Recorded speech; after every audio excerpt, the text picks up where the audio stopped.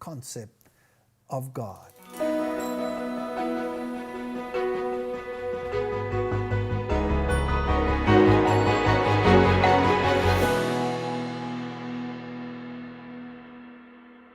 My biggest problem is deception. My whole life I was deceived into believing that God was a wrathful deity and therefore I rejected him.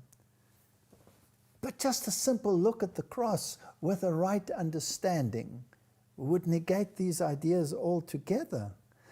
And you would have to see a loving deity in what God was prepared to do for those whom he cared for, whom he had created. So the issue of God and the way we see God and the way the theological systems of the world have distorted him. If you look at paganism, for example, you had to bring human sacrifices. You had to appease the wrath of this deity. Whereas the Bible is so different. Come unto me, all ye who are weary and heavy laden, and I will give you rest. This is a gentle deity. If you look at the great deities out there, and if you look at the stories and the folklore associated with these deities, then there's always the stern side of the deity. For example, in Eastern mythology, you also have the story of the lost son, the prodigal son.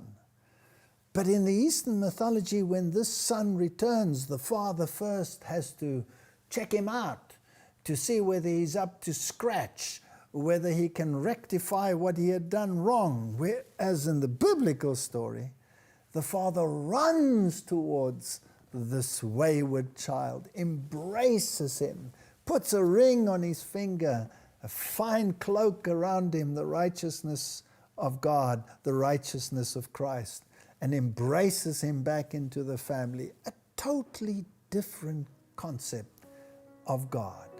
Who is going to set the record straight?